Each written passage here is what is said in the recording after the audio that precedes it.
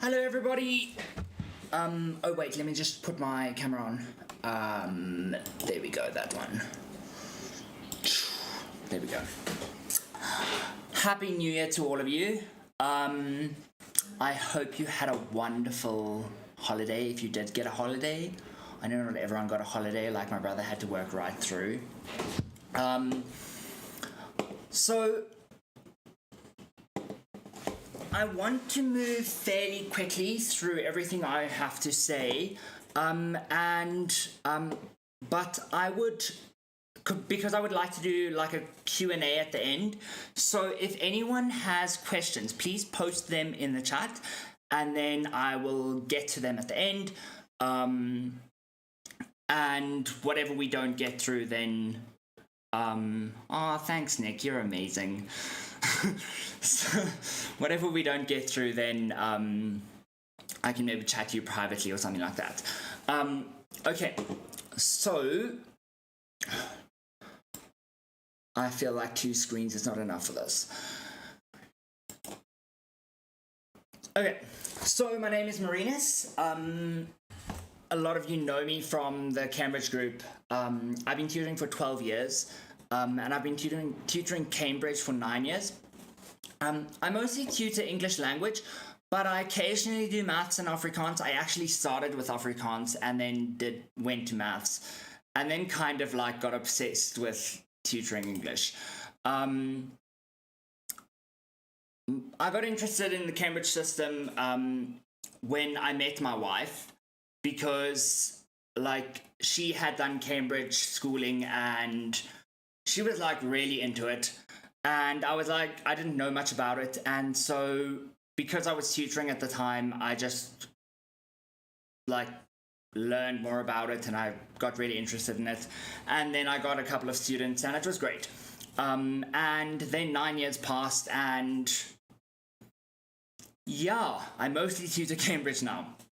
I have a specific interest in helping students who are dyslexic or neurodivergent, because it's mostly because like everyone in my life is neurodivergent. And a lot of them spoke about how they struggle with learning at school and stuff, and I believe that learning needs to be easy and we can make it work for people. So whatever subject it is, I feel like we need to make learning work for the student instead of trying to make the student fit into a box, and I feel like Cambridge really allows for that. I have 2 kids. One is 5 and one is 6. I'm homeschooling them. My son is still learning through play mostly. But my daughter, who's 6, has recently decided that she wants every moment of her day on a schedule. So we're trying that out. She's loving it. Me, not so much. But yeah. So, I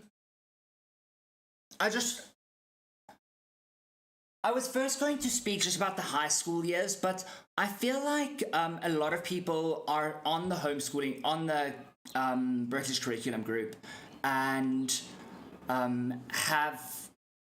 not currently doing IGCSEs or A levels, but I thought I would just say something about the primary school years. So I would say that you definitely need a focus on curiosity. So by focusing on literature, so my favorite thing, I love literature.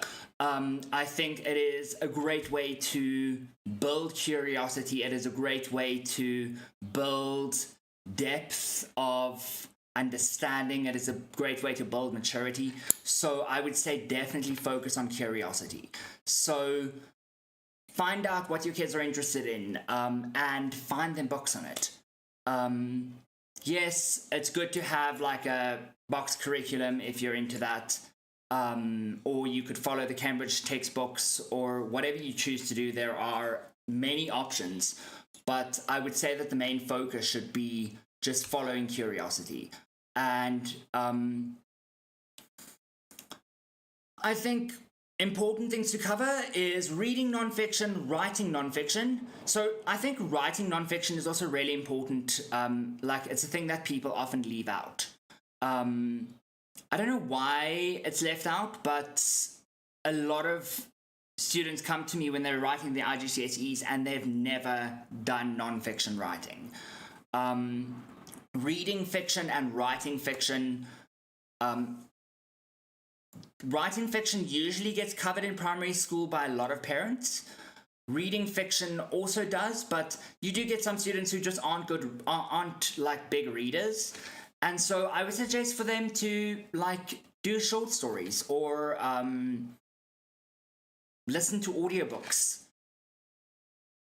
Just consuming literature builds your vocab, it builds maturity, it's amazing. And you also don't have to do comprehension tests because you can. I mean, some people love it, but it can be kind of boring for some students. So if it is boring for your child, you could maybe discuss the things, write reflective pieces. It doesn't have to be totally formal all the time. Definitely work on your grammar. Oh my gosh, I've got a typo. My wife said, before you start, make sure you have no typos. So definitely focus on grammar. There are some really great grammar workbooks. Make it fun. You can use IXL. There are many things that you could use. Be creative. Don't make it boring, because my biggest struggle as a tutor is that students come to me when they're writing AS or IGCSEs and they hate English because it's been boring their whole life. So try to make it interesting and try to prevent it from being boring. I think that would be, that's a big recommendation. And then definitely building your vocabulary and spelling skills. So, my focus on literature. So, 3 areas that you can focus on literature is short stories, novels, and poetry. So, a focus on literature creates, lets students think critically. And a very big part of Cambridge exams specifically is that it requires critical thinking, especially English. It requires you to have an opinion. It requires you to be able to think about why the writer did specific things. And you need to think about what's going on. Now, most of my students do write the 0500 exam or the 9093 exam. And so that is your language, your English language paper. And even if you're writing your English language paper, I would say definitely before you get to IGCSEs or AS or A-level, you should be focusing on literature. Not only literature, but you should include literature in what you're doing, because it teaches you those skills that you need for analyzing text, for looking at text, for exploring texts. It gives you things to talk about. It gives you things to think about. And it also opens up space for discussion. And I feel, especially when it comes to English, discussion is very important. We need to be discussing things with our kids. We need to be discussing things in a group. I say later on, but I'll say it now. It might be worth starting co-ops where you study books together. Nick Ferris, he's here. He runs a book club, a virtual book club, and definitely join that. I have told all my students that they need to join that, because literature is the heart of English. Okay, let's look at the high school years. So I'm starting with year 8 and 9. I know technically year 8 is like grade 7. So, but it depends on your child's aptitude, we also need to be aware of the fact that British schools start at a younger age. So, like, you might... there's no direct comparison. It's just every child is unique in what they're capable of at that age. So just explore what your child is capable of. If they're finding work a little bit easier, just move to more challenging work. So our purpose of year 8 and 9 is we're working towards our IGCSE skills, as we will discuss just now. They might do the work at an easier level, but all the IGCSE recommendations I'm going to make can also be applied to year 8 and 9. So, as stated, literature is great for skills development. So, I said the thing about them if they're not big readers, you can do short stories or poetry. I love doing poetry with my students because, especially when it comes to text analysis, they can look, okay, this word has this effect because it has this connotation. And so they can really explore the meaning of the language. In terms of resources, there are great textbooks for this group that I love using. I like the Cambridge University Press ones, but you can also find a lot of resources on test.co.uk. You can find some resources on Twinkle. I actually really love Twinkle. They've got a section called Beyond English, and it basically is like a full curriculum that you can work through. It's not Cambridge specifically, I think it's like AQA, but it's really great, and I would definitely recommend it. And then I think it's very important to check their work. So they are a bit older here, and you might want to say, you know what, you can do this work on your own. And a lot of students can just get through the work on their own, but I think it is important to provide them with feedback so that they can see, okay, well, here I'm still struggling, here I'm managing. What is Pringle? Where do we see Pringle? Oh, Twinkle. I'll type it in the chat for you. Twinkle. There we go. Okay, so they're a bit older here. Okay, wait, sorry, I got distracted. I'm sorry if I'm a little bit awkward. I've never spoken. Okay, I don't even know how many. Okay, it's only 33 people. But I mean, last time I spoke to this many people, I was in high school, so we need to be developing their critical thinking at this stage and encourage free thought. And in order to do that, we need to have those discussions with them about how they're answering, why they're answering that, and really open a dialogue with them. And I think if this dialogue is opened at this point, then IGCSEs and AS levels and A levels are much easier to get through. So, a side note, if students are still struggling with spelling, reading, and handwriting in year 8 and 9, I think you should definitely consider sending them to an educational psychologist for an assessment. Thanks, Nick. I think do it at this point or an earlier point, so that their confidence is not destroyed by the time they get to IGCSE. We don't want our kids to get to IGCSEs and then they feel like they can't do things. They feel like there's something wrong with them. They feel like they're deficient in some way, because they're not. They might just have a struggle and they might just need extra support.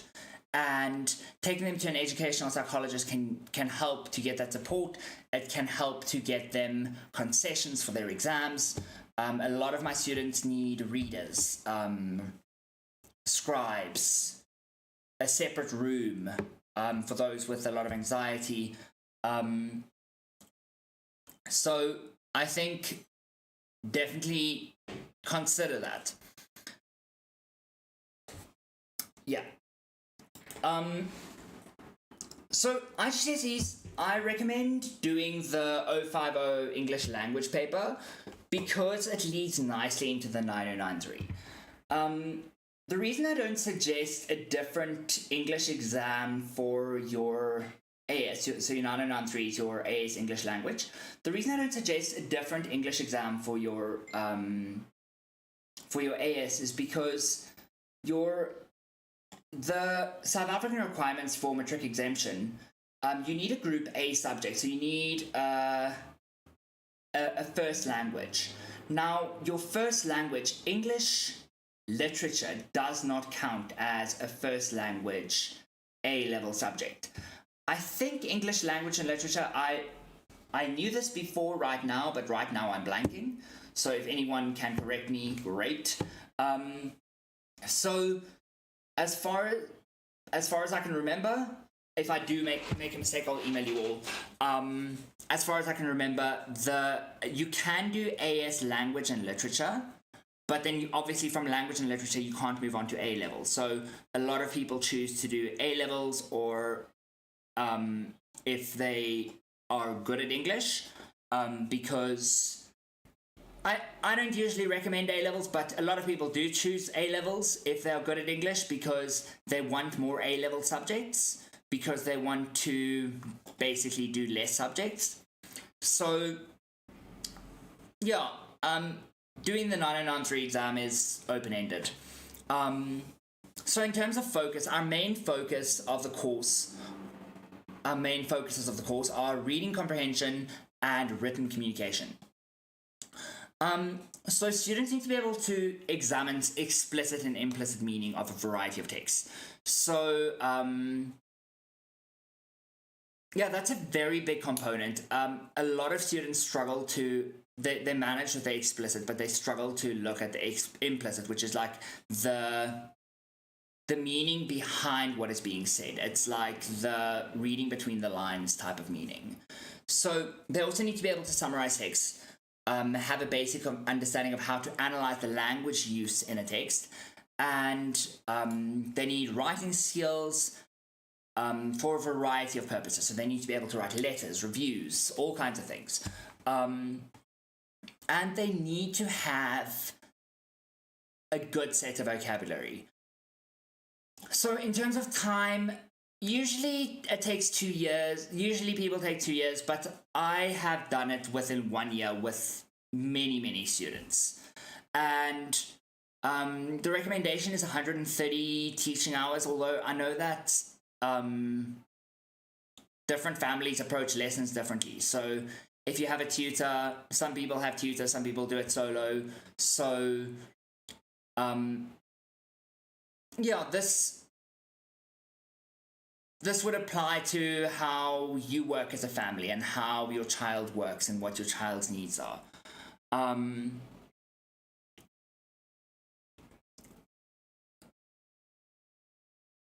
Thanks, Nick. Okay, so common struggles that I've noticed. So biggest struggle, writer's effect. So we start with a formula. So if they're struggling with the writer's effect question, you can start with a formulaic approach. So you can let them explore from here and give them a lot of practice. So it is important that they be critical thinkers here, and that they develop critical thinking before this point. In terms of vocabulary, I have many students, especially first language students who speak Afrikaans at home. They don't have a lot of access to vocabulary building. So to help with this, before this point, you can have a focus on literature. Oh my gosh, I am obsessed with literature, it seems. I didn't realize this. Okay, maybe I did. If you didn't have a focus on literature before your IGCSEs, while you're doing your IGCSEs, you can, like as an extra side quest, you can work on your vocabulary. You can work on literature. Another thing that I recommend to students who are really struggling with their vocab is studying the Barron's 3,500 SAT words, because, I mean, they don't pick up everything, but they pick up quite a lot of it. And they're good words. When I was at school, I went through the 3,500 SAT words because I don't know why I did that. I didn't need to do that, but I did that.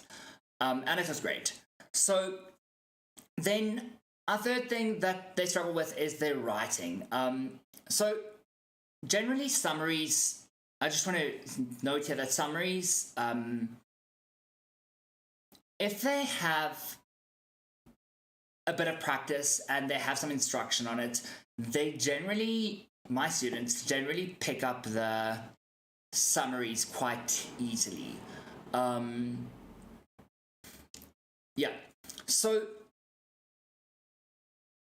writing is only really an issue when the skill hasn't been actively developed. But it's not really a big issue because over the course of going through the IGCSE work, they usually pick this up. They might not be brilliant if they haven't had previous exposure to it much, but they will pick it up. Okay, so I've got a recommended approach to IGCSE. So in terms of reading, so things we can do, we can practice reading a variety of texts. They can practice reading a variety of texts and identifying explicit meanings. So they could look at definitions, facts, and figures. They could pay attention to tone and attitude of the text and consider the author's perspective. This will help understanding implicit meaning. Then they need to analyze and evaluate the information in the text and use supporting evidence from the text to develop their own ideas and opinions. Consider how the writer uses language, structure, and other literary devices to achieve certain effects and influence the reader. Practice finding and selecting information from text for specific purposes, such as writing a report or giving a presentation. So these are just some handy things that you can do. In terms of writing, so it's very important that they practice expressing their own experiences, thoughts, and feelings and imaginings through writing. So I would suggest that I recommend for each of my students to have a journal. And I don't care what goes in that journal, but they must write 3 pages a day. It's actually a practice that I started when I was about 22.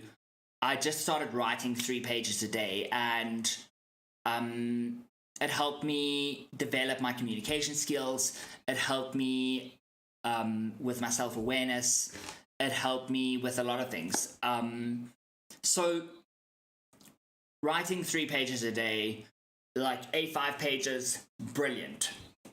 And it shouldn't be a chore, it should just be one of those things they do. And then they need to be able to organize their ideas and opinions in a clear and logical way and consider the audience and purpose of the writing. So this is a skill that we're going to build on a lot in both our reading, and they need to be able to understand how other people do this and how they do this. So we expand on this in the 9093 course. They need to be able to expand their they should expand their vocabulary and try using a variety of sentence structures to make their writing more engaging and effective. So just fun writing exercises.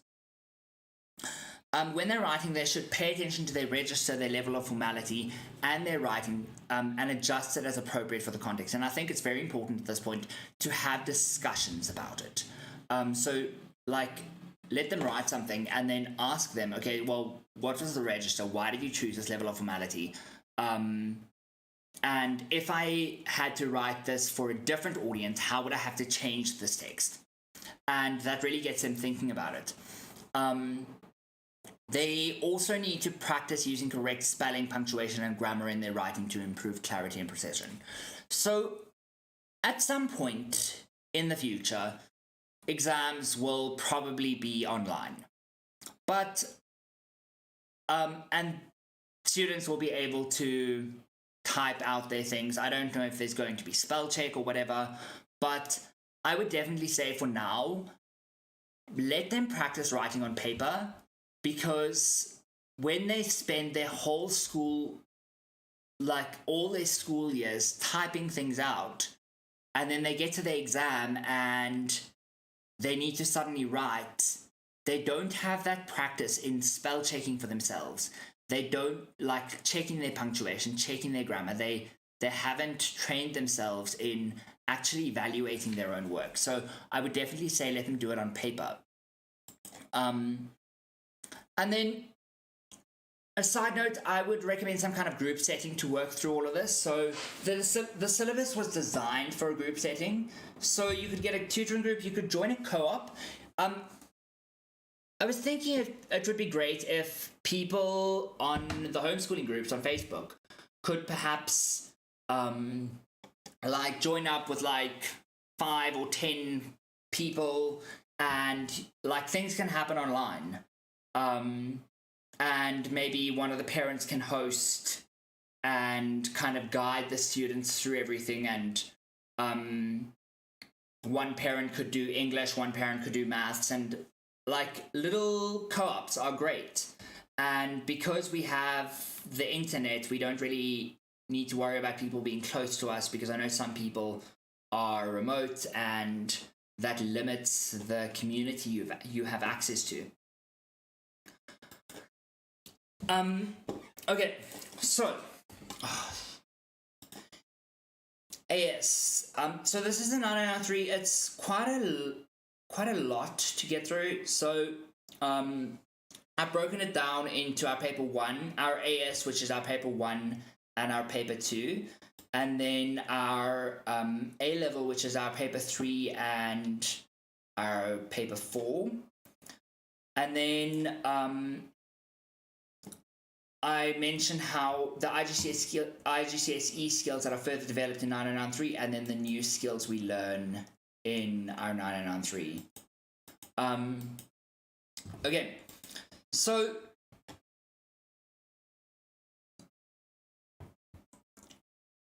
paper 1 reading, a lot of this I got directly from the syllabus. I just wanted to make it very clear what the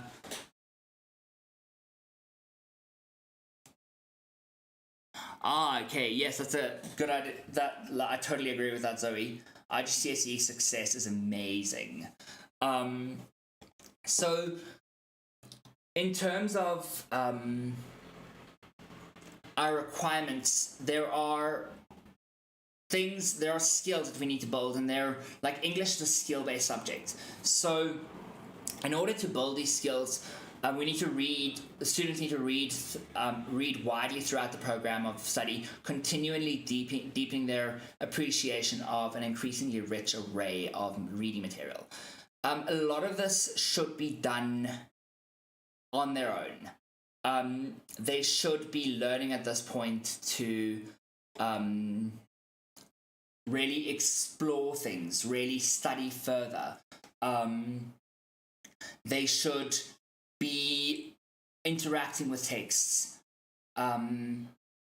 Reading is a very big part of what we do at AS, and they need to be interacting with news, they need to be interacting with blog posts, all kinds of things, reviews, and practicing, well, we'll get to the writing them, well, I can say it now, and practicing writing these things as well. They need to they need to have an intimate knowledge and understanding of the conventions. Okay, I'll answer that just now. Understanding of the conventions and discourses associated with a diverse range of genres. So you need to be able to understand what the nuances are of each of the genres that we're exploring. Genre, styles, and contexts. So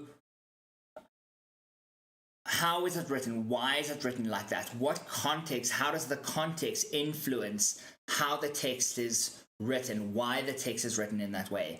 How does the writer use language to create an effect, which is building on our IGCSE skills?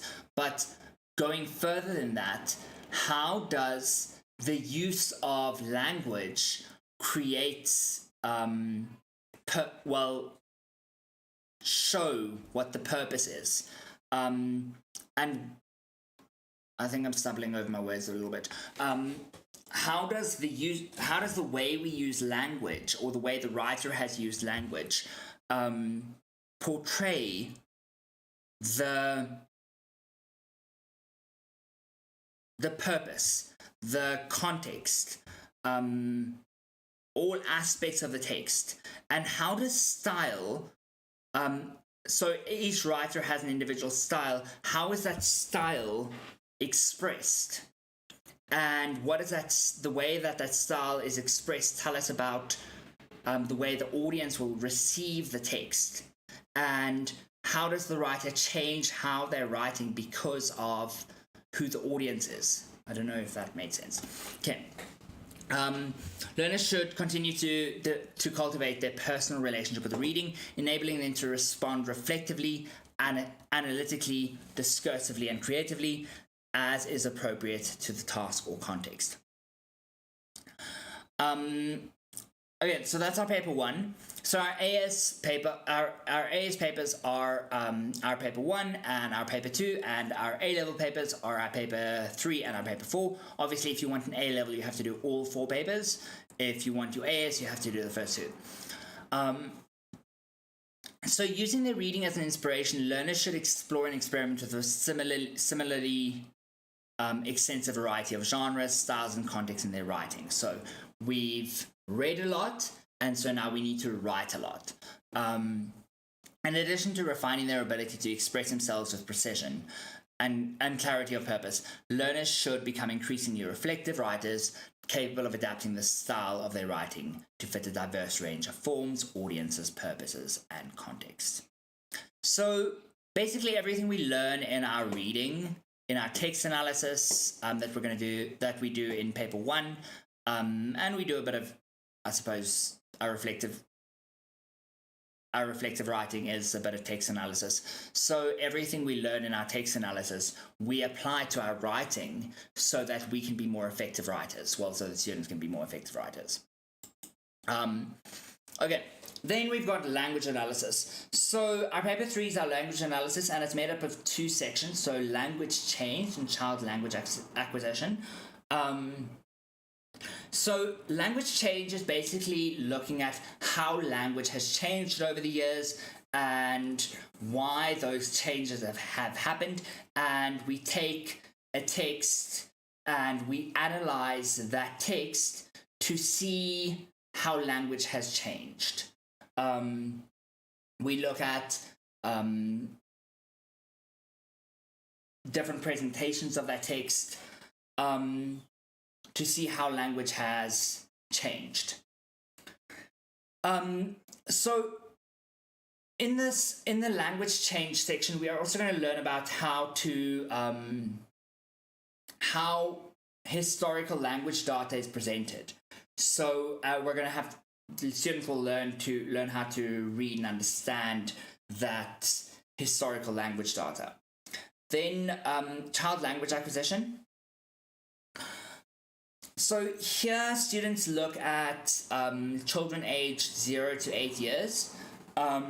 So this is your early stages of development, and we consider the various features and functions of spoken language use during this period.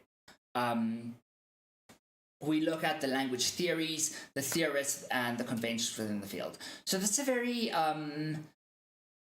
it's like theory heavy. It was similar to when I was studying psychology. It was similar to that. It's a similar take, as a similar way of approaching English as the way that I approached psychology at university. So you are exploring theorists. You're deciding which theory you think fits in the context.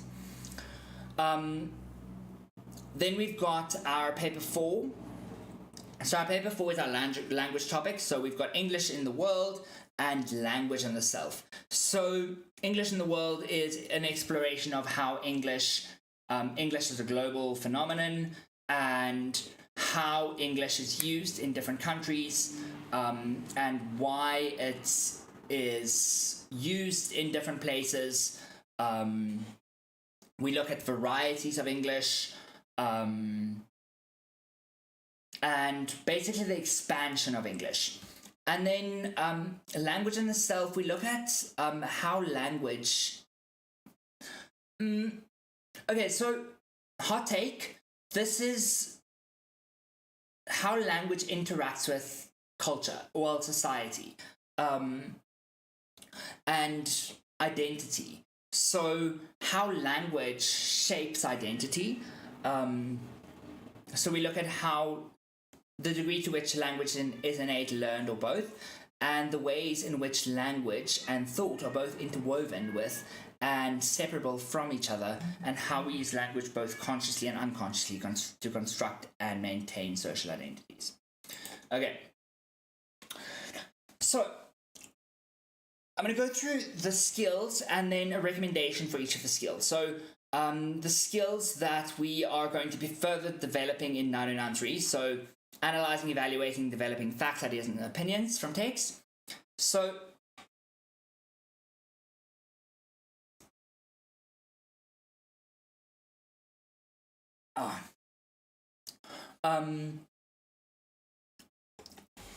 so this is practice analyzing. We should practice analyzing and evaluating text by highlighting key points and summarizing main ideas.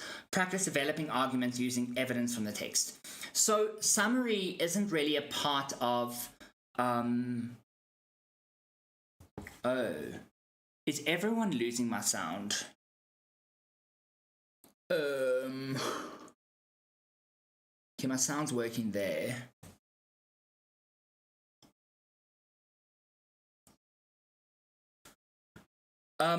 There will be a recording of this if there is something you missed, which will have clear sound.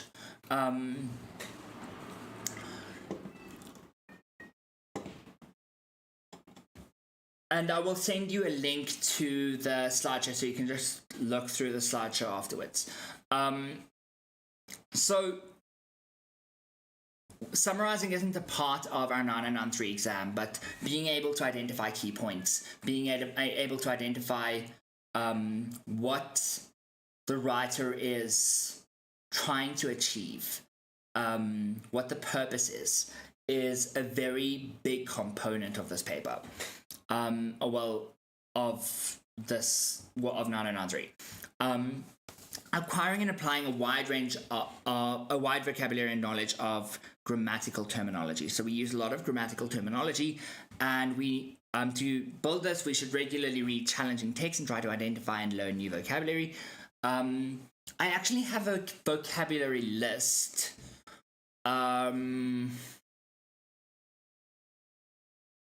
Yeah, I've got a vocab list for the 909.3 exam, which I can send out to anyone who wants it. Then selecting and using information for specific purposes. So practice identifying the purpose of the text. So this is really important. We need to be able to know whether it's to inform, persuade, or entertain. And we need to be able to select relevant information accordingly. And saying that is to inform, persuade, and entertain is not going to be enough. We need to understand how language has been used to achieve that purpose. So next we need to the next skill is selecting and using information for specific purposes.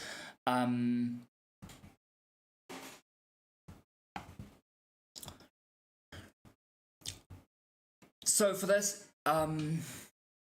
practice outlining the main points of an argument and explaining their significance. Practice commenting on specific ideas by expressing your own opinions and providing evidence to support them. Outlines are really great. I love doing outlines with my students. It lets me see what they think is going on in the text. And it really lets you think about how structure works, which allows you to evaluate structure, but it also allows you to use structure effectively in your own writing. Next up, evaluating the ideas and opinions presented in text. So, to work on this, we can practice identifying and evaluating the strengths and weaknesses of the ideas and opinions presented in a text. Practice presenting counter-arguments and evidence to support your own evaluation. So here I would definitely say this is a good space for having some kind of group setting, because just discourse about what you've written, what you're reading is so valuable.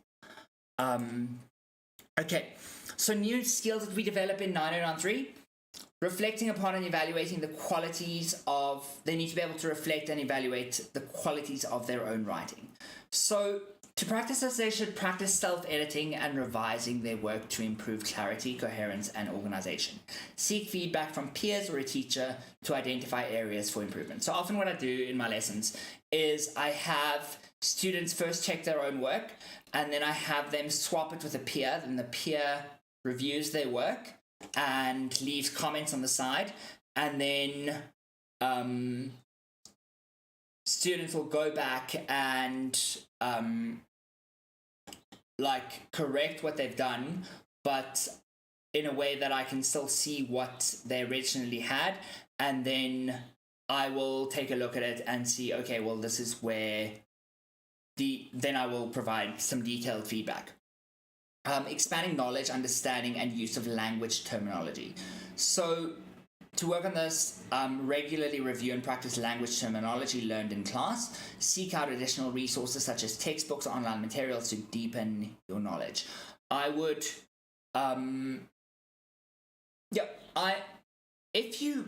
if there are any, if there's terminology or anything like this you're struggling with, or you're not sure what resources to use, the Cambridge website has recommended resources, but I've also got links to a lot of resources. So if you need resources, send me a message and I can link you to things. You tell me what you're struggling with and I can link you to things that might help with that. Then analyzing written text and interpreting language data. So practice analyzing written text by identifying patterns and trends in language usage.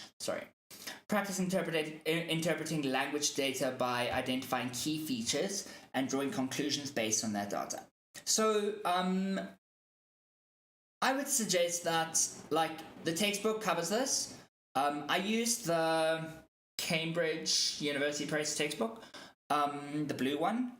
But I don't know if the Collins one should cover this, but also past papers. Lots of that in past papers. Analyzing transcriptions of language spoken by children. So practice transcribing and analyzing spoken language data by identifying key features and patterns in the language usage of children. So I don't think students should major on this, but it might be a good exercise to once or twice practice transcribing actual conversations. So record a conversation with a child, obviously get the child's permission, but most of them have siblings. Most of the students have siblings or something. But record the conversation and then transcribe the conversation, and then it might help to build the skill of reading transcriptions, because sometimes it can be challenging to read transcriptions. But definitely don't major on it. It might be a waste of time if you do it too much. Exploring the role of English as a global language. Research and learn about the history and current status of English. So here, curiosity is important as a global language. Explore the cultural and economic implications of English's status as a global language. Exploring how language allows us to communicate our sense of self and construct social identities. Reflect on how your own language use reflects your identity and the identities of those around you. So there are a few exercises in the textbook that explore this. Also, these past papers, Nick is linking, thanks Nick, is pasting links to practice papers. Reflect on how your own language use reflects your identity and identities of those around you. Research and learn about relevant theories and how they can be applied to understanding language and identity. So the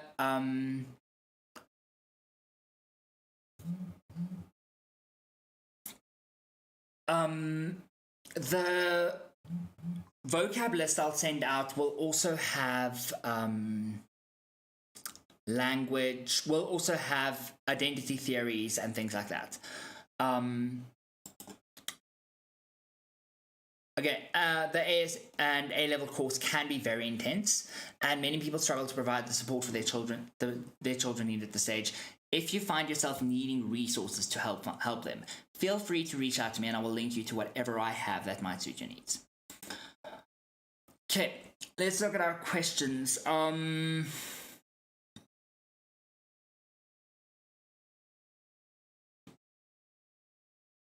Okay, Zoe said that IGCSE success really helped them to refine their skills. So, yes, I use IGCSE success all the time. If I teach them something and they still aren't getting it, I link them to an IGCSE success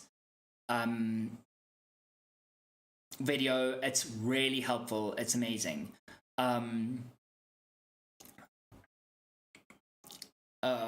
Let's check what other questions we have. Okay, do you have a nice checklist to use as a guideline when analyzing literature, please? I do. Okay, so I've got a checklist. I've got like an outline that you could maybe use for analyzing literature, so poetry and fiction. In terms of your IGCSE and AS exam, there will be non-fiction literature. And in terms of a checklist, I'll link you to Clixpo and Gasp. They're great. They provide some kind of outline.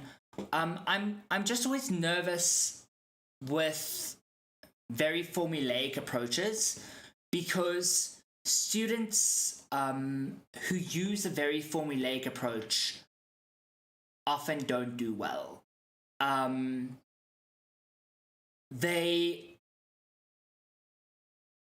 So if you start with a formulaic approach, that's cool, but it needs to progress from there. So they need to eventually not need the checklist anymore. And they need to be able to really look at the nuance, because checklists don't really identify nuance in a specific text. And that is where the superb text analysis is, in identifying the nuance and the really interacting with the text. In terms of textbook, I think... Okay, so in terms of textbook, I use the Cambridge University Press one.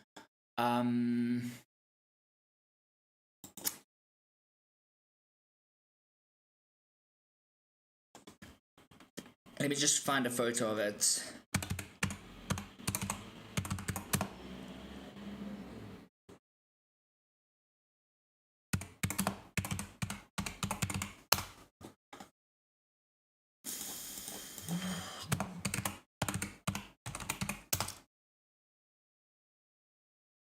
Okay, this one's kind of expensive. Ooh, very expensive on Takealot. I don't feel like it was always this expensive. But if you can find it cheaper somewhere, that's great.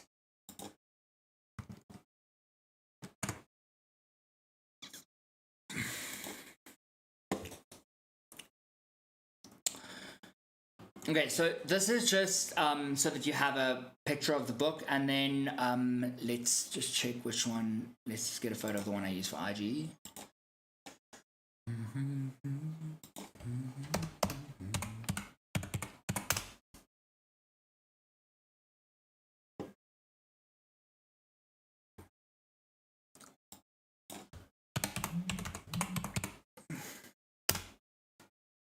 Okay, and then in terms of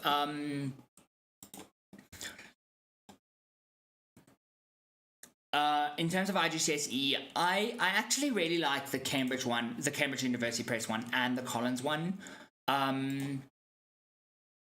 I know that some students like one more than the other, so maybe look at like a sample of the book and let your child take a look at it and see which works. Also, just if you're going to use a tutor, just check with your tutor with what they're using. So you don't want to spend 1,500 rand on a book and then you get a tutor and then your tutor wants to use a different book. Yeah, that's not great. So for year 8 and 9 CUP books, do you like the checkpoint or lower secondary books, and what must one get in a...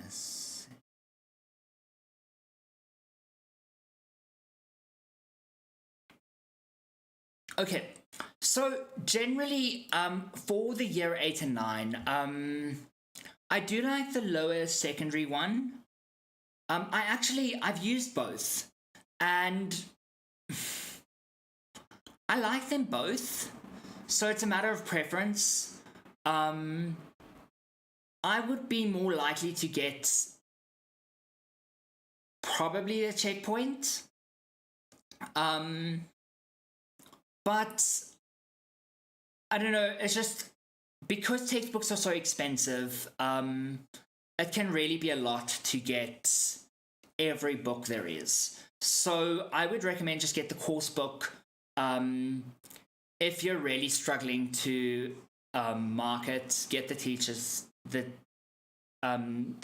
guide. But really, it depends on your budget. It depends on what you're able to do. There is every child works differently. So, now, Nick, do you have a preference in terms of checkpoint or lower secondary? I know you don't generally teach year 8 and 9. Yeah. And in terms of skill builders, I would kind of go off-brand with skill builders. So I would look at what the students are struggling with specifically. I might even just ditch a textbook for skill builders and use something like IXL. But make sure that you are subscribed to the British one, to the UK version. I think it's UK, maybe, or maybe no, it's uk.ixl.com. There we go. I think that's right.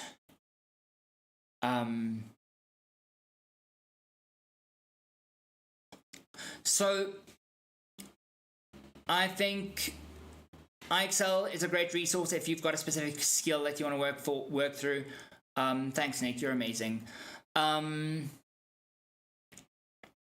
thanks, Ilza, for recommending EduWiz. I have seen them. I've never actually bought anything from them.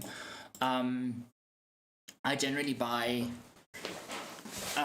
PDF versions of textbooks because otherwise I would have too many books. Well, I really do have too many books. Okay. Does anyone else have any other questions?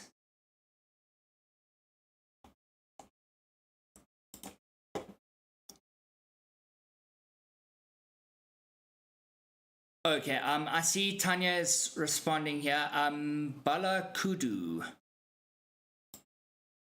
Okay, let me just quickly paste that here into the chat.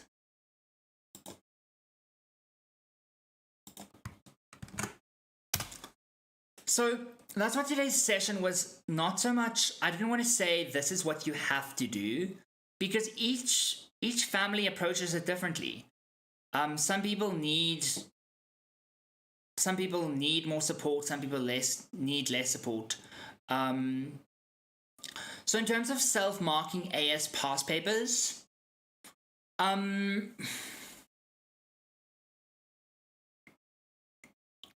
do you have access, Zoe, to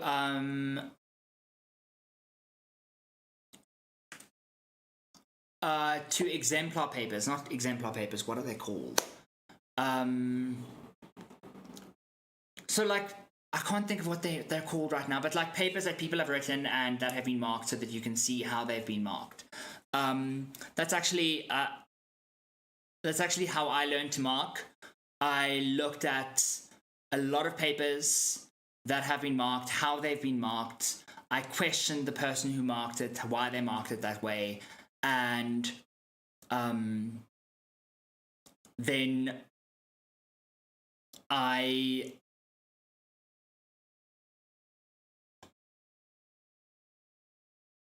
looked at, and then that's how I learned to mark.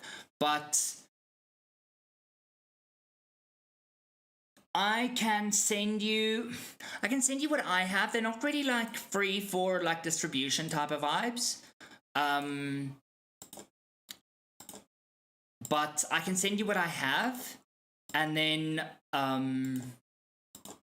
you can take a look at that. If you do have any questions, you can ask. You can also contact Nick.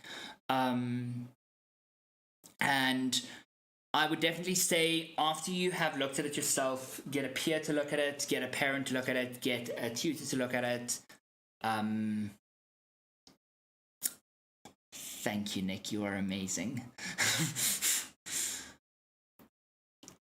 I also had another Facebook message.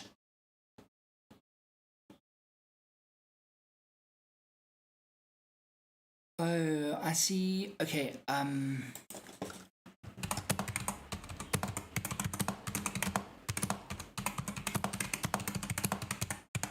someone has not been able to get in.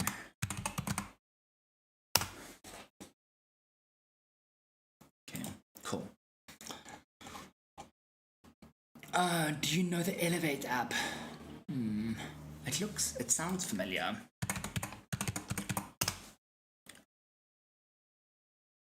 Oh, is it the brain training that you're talking about?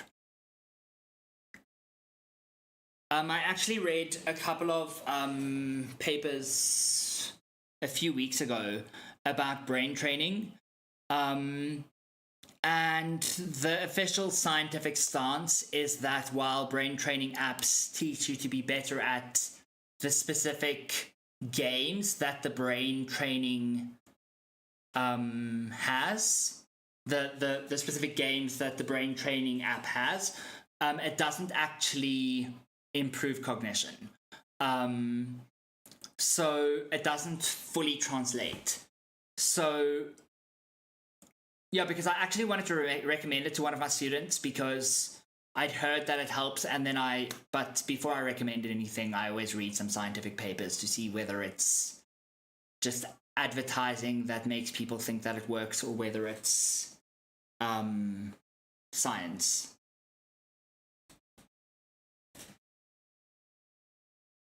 Any other questions? Okay.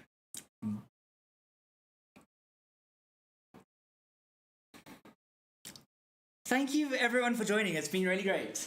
I will post the link to the session on the British Curriculum group, so that anyone who wants to just go look at it again can go check that out.